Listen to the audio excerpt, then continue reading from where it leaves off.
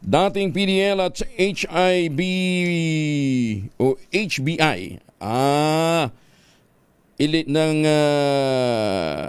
Illegal drugs arestado sa search warrant operation ng kapulisan. Detalye ng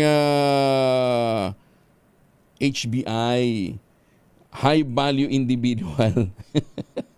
Hindi ho HIV, iba ho yun. HBI, high value individual. Sa illegal drugs arestado sa search warrant operation ng mga pulis. Detalye na balita mula kay Jimmy Angay-Angay, RH32. Maupayang aga, Jimmy. Dating person deprived of liberty at high value individual sa illegal na droga arestado sa sinagawang search warrant operation ng kapulisan sa Calbayog City. Kinilala ng PNP ang suspect si alias Jim 39 Anyos Pangingisda, dating PDL residente ng Barangay Carming, Calbayog City. Ikinasang search warrant operation ng Calbayog City PNP sa Procuno, Barangay Carming sa naturang syudad na inisyon ni Honorable Maricar Robante Lucero, acting presiding judge ng RTC Branch 32, na kumpiska sa suspect ang 5 pakiting shabu sa ibabaw ng drawer at isang pakiti naman sa sling bag, isang kalibre 45 na baril, 2 magasin na may 16 na bala.